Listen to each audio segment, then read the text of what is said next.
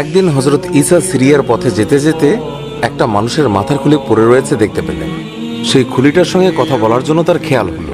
তিনি তখনই খোদার দরগায় আরজ করলেন, হে প্রভু, আমাকে এই খুলির সঙ্গে কথা বলার শক্তি দাও। খোদা তার প্রার্থনা মঞ্জুর করলেন। হযরত ঈসা খুলিকে বললেন, হে অপরিচিত কঙ্কাল, তোমাকে যেই কথা জিজ্ঞাসা করব তার ঠিক ঠিক উত্তর দাও। বলার সঙ্গে সঙ্গে ঈসা শুনতে পেলেন পরিষ্কার ভাষায় সেই খুলি কালেমা শাহাদাত পাঠ করল। ঈসা জিজ্ঞাসা করলেন, তুমি পুরুষ না স্ত্রী? খুলি উত্তরে বলল, পুরুষ। ঈসা বললেন, তোমার নাম কি? খুলি উত্তরে বলল, জামজাম। ঈসা আবারও জিজ্ঞাসা করলেন, আগে তুমি কি ছিলে? খুলি উত্তরে বলল, আমি বাদশাহ ছিলাম। ঈসা বললেন, বটে, তোমার জীবনে কি কি কাজ করেছিলে? খুলি উত্তরে বলল, আমি আগে একজন বাদশাহ ছিলাম। ধন দৌলত লোক লস্কর আমার এত বেশি ছিল যে দুনিয়ার বাদশাহরা দেখে অবাক হয়ে যেত। তারা আমাকে দেখে খুব ভয় আর সম্মান করত, কিন্তু আমি কারো উপর কোনো অত্যাচার করতাম না। গরিব দুঃখীদেরকে সাধ্যমতো দান করতাম। সমস্ত দিন নিজের কাছে ব্যস্ত থাকতাম, কিন্তু ভুলেও কখনো খোদার নাম মুখে আনতাম না। এমনি করে অনেক দিন আমি বাদশাহী করেছিলাম। একদিন দরবারে বসে কাজ করছি, এমন সময় হঠাৎ করে আমার মাথা ব্যথা শুরু হলো। মাথা ব্যথা ক্রমেই বাড়তে লাগলো, কিন্তু যন্ত্রণা ক্রমেই অসহ্য হয়ে উঠল। যেখানে যত বড় হিকিম ছিল, চিকিৎসার জন্য তাদের সকলকে ডাকা হলো, কিন্তু কিছুতেই কিছু হলো না। যন্ত্রণায় ছটফট করতে লাগলাম, মাঝে মাঝে অজ্ঞান হয়ে পড়তে লাগলাম।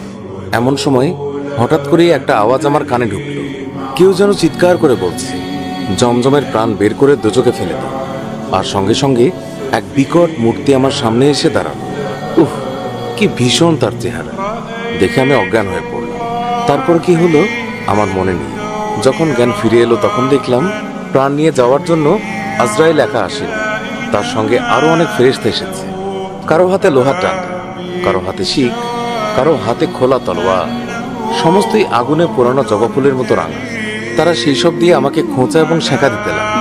আমি যন্ত্রণায় চিৎকার করে বলতে লাগলাম, ওগো, তোমরা খুঁচিয়ে খুঁচিয়ে আমায় মেরো না, আমায় ছেড়ে দাও।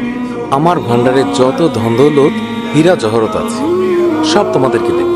এই কথা শুনে তাদের মাঝে একজন লোহার মতো শক্ত হাতে আমার গালে একটা চাপড় দিয়ে বলল, রে নাদান, খোদা কারো ধন দৌলতের পরোয়া করে না। যন্ত্রণায় অস্থির হয়ে কাতরভাবে মিনতি করে বললাম, ওগো, তোমরা আমায় ছেড়ে দাও। তার বদলে আমার বংশের প্রত্যেককে আমি খোদার নামে কোরবানি করব।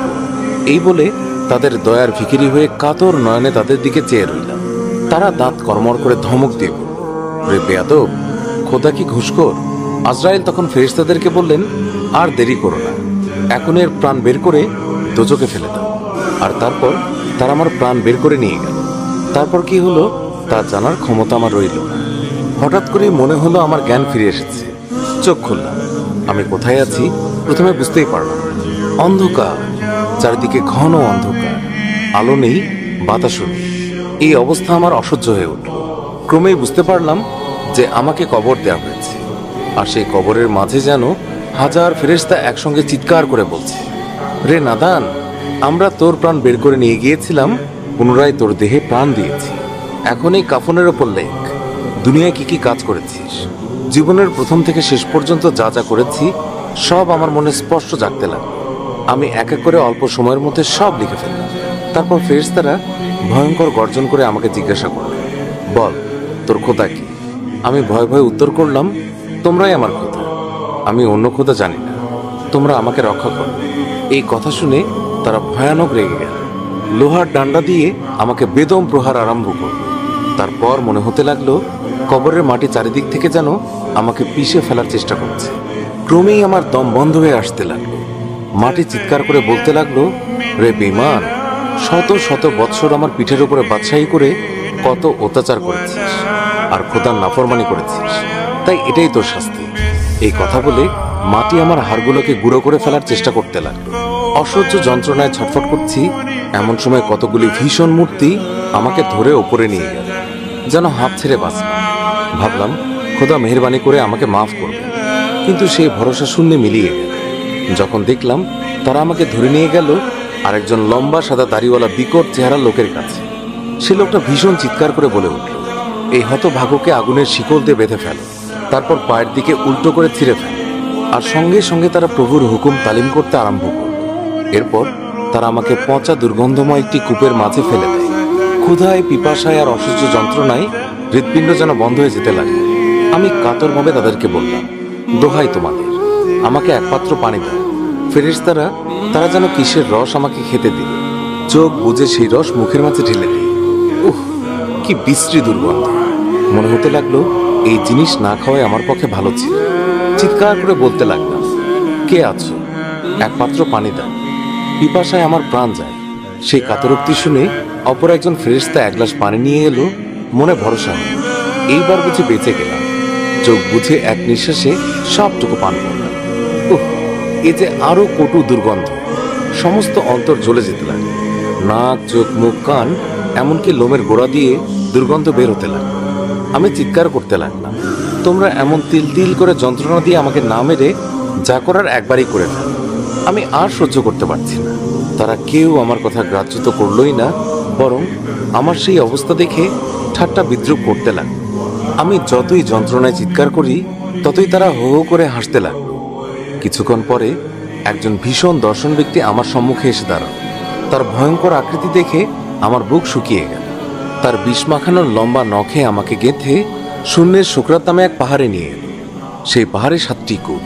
প্রত্যেক কূপ থেকে বিষাক্ত গরম ধোঁয়া বের হচ্ছে। প্রত্যেক কূপে হাজার হাজার বিষাক্ত সাপ এবং বিছা পরস্পর কামড়াকামড়ি করছে, আর তাদের মুখের বিষ নিঃশ্বাসে এই ধূম্র নির্গত হচ্ছে। ফেরেশতারা আমার চুল ধরে সেই কূপের মাঝে ফেলে দিল, আর সাপ বিছারা চারিদিক থেকে আমাকে কামড়াতে আরম্ভ করে দিল। জ্বালায় চিৎকার করতে লাগলাম। তারপর তারা আমাকে এক পুকুরের কাছে নিয়ে গেল। সেই পুকুরে পানি নেই, শুধুই পুঁজ, রক্ত আর বিষে ভরা সেই পুকুর। আমার চুল ধরে সেই পুকুরের মাঝে জোর করে আমাকে ডুবিয়ে রাখলো।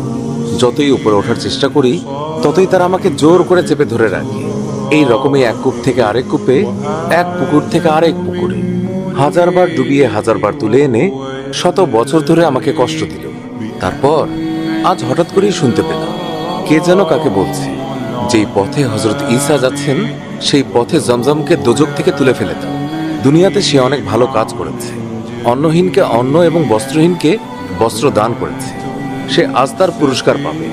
সে খোদার নাম একবারও মুখে আনেনি, সেই জন্য সে পাপ করেছে। তার শাস্তি পুরো মাত্রায় ভোগ করার পর সে আবার দুনিয়াতে যাবে। ঈসা আলাইহিস সালাম জিজ্ঞাসা করলেন, জমজম, তুমি আমার কাছে কি চাও? জমজম বলল, তুমি খোদার কাছে এই প্রার্থনা করো, তিনি যেন আমার সমস্ত পাপ ক্ষমা করে আমাকে পুনরায় পৃথিবীতে পাঠিয়ে দেন। ঈসা 2 হাত তুলে জমজমের জন্য খোদার কাছে আরজ করলেন। তারপর বললেন, জমজমের হাড় মাংস একত্র হয়ে পুনর্জীবন লাভ করুন। বলতে না বলতে একটি সুদর্শন যুবক মাটি থেকে দাঁড়িয়ে হযরত ঈসাকে সালাম করল, আসসালামু আলাইকুম।